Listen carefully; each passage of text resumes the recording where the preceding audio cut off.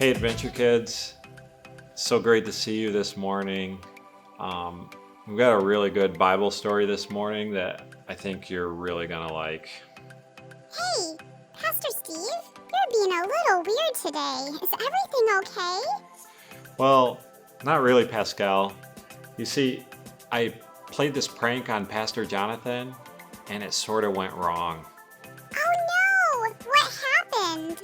Well, I thought it would be really funny to write some computer code to change all of his emails so when he replied, it would say, "From Pastor Stinky Pants."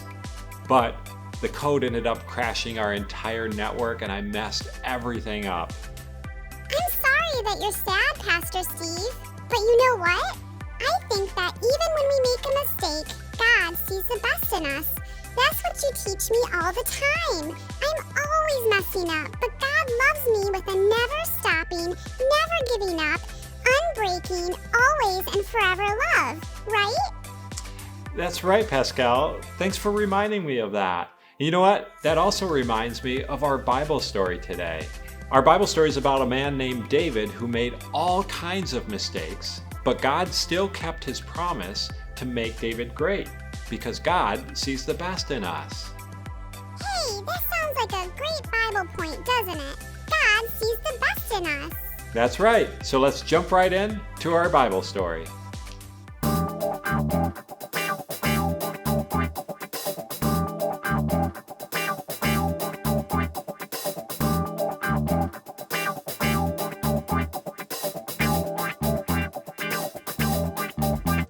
David was a shepherd, but when God looked at him, he saw a king. Sure enough, when David grew up, that's just what he became. And David was a great king. He had a heart just like God's, full of love. Now, that didn't mean he was perfect. He did some pretty terrible things. He even murdered a man. No, David made a big mess of his life. But God can take even the biggest mess and make it work in his plan. I need a new heart, Lord, because mine is full of sin. Make me clean inside. God heard David's prayer. He forgave David, and he made David a promise. I will make you great, David, and one day a king will be born into your family, and he will heal the whole world. Did you know that David was a songwriter too? In fact, his songs were so good, they might have even been in the top 40 charts. If they'd been invented then, David's songs are like prayers. They are called psalms, and this one is called the Song of the Shepherd. It's probably number 1 on the Psalms chart, and it goes like this. God is my shepherd, and I am his little lamb. He feeds me, he guides me, he looks after me. I have everything I need. Inside my heart is very quiet as lying still in soft green grass in a meadow by a little stream.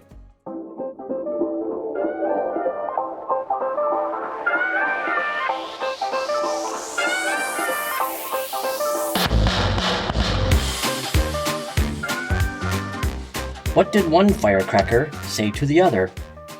You crack me up. Funny. What do cows celebrate on December 31st? New Year's Eve. Hilarious. Did you hear about the cat that married a glove? They had mittens. You know you liked that one. That was funny. Very funny. Albert out. Peace.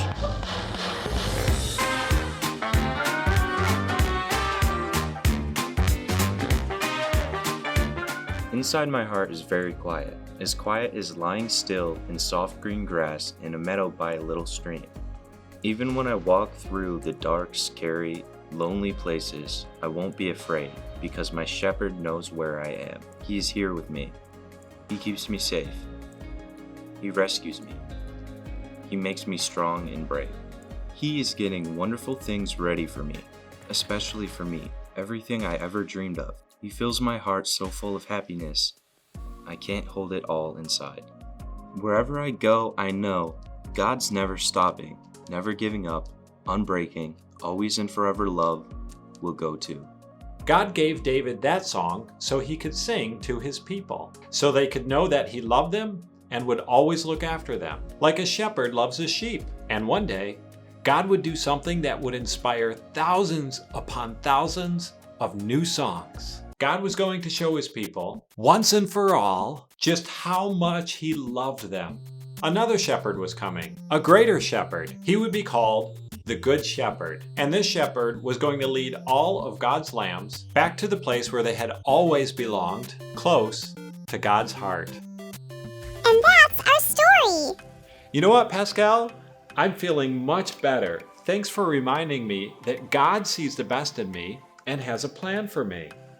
Sure thing, Pastor Steve. Glad I could help. But you can really thank me by writing a computer code that spits out gourmet grilled cheese sandwiches from the disk drive. I don't know if I can do that, but I'll give it a try. Yes! Have a great week, everyone.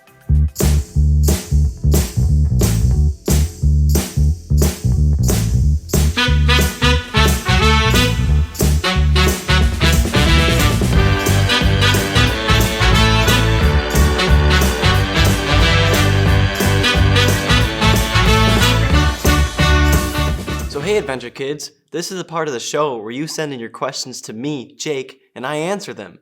So let me grab my mailbag.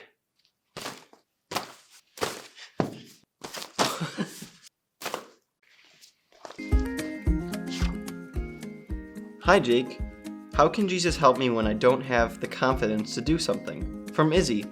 That is an awesome question. A lot of times we don't have confidence in something because we think if we fail, we are worthless, so we get scared to do something or try something. So we tend to lose confidence if we're afraid to fail. But God tells us that His love is unconditional. That means no matter what you do, whether you're awesome at everything or terrible, God will love you all the time. If you try something new and you're great at it, God loves you. If you try something new and you're terrible at it, God loves you. When you remember that, it takes away the fear of failing. Now, you're free to be confident. And here's an extra bonus tip. If you're still not sure how to be confident, just think to yourself, what would someone who is confident do in this situation? And then do that. Awesome question. Hi Jake, how many Oreos can you stack on your forehead before they fall? From Micaiah. That is an awesome question. And let's find out.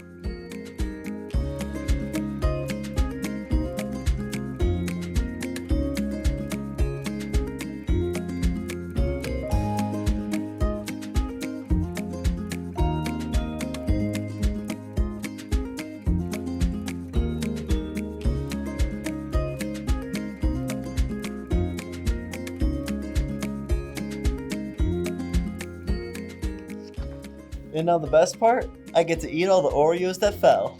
Great question. So remember, if you have questions for me, Jake, just go to the website takeawaywithjake.com and I'll be happy to answer your questions right here on the show.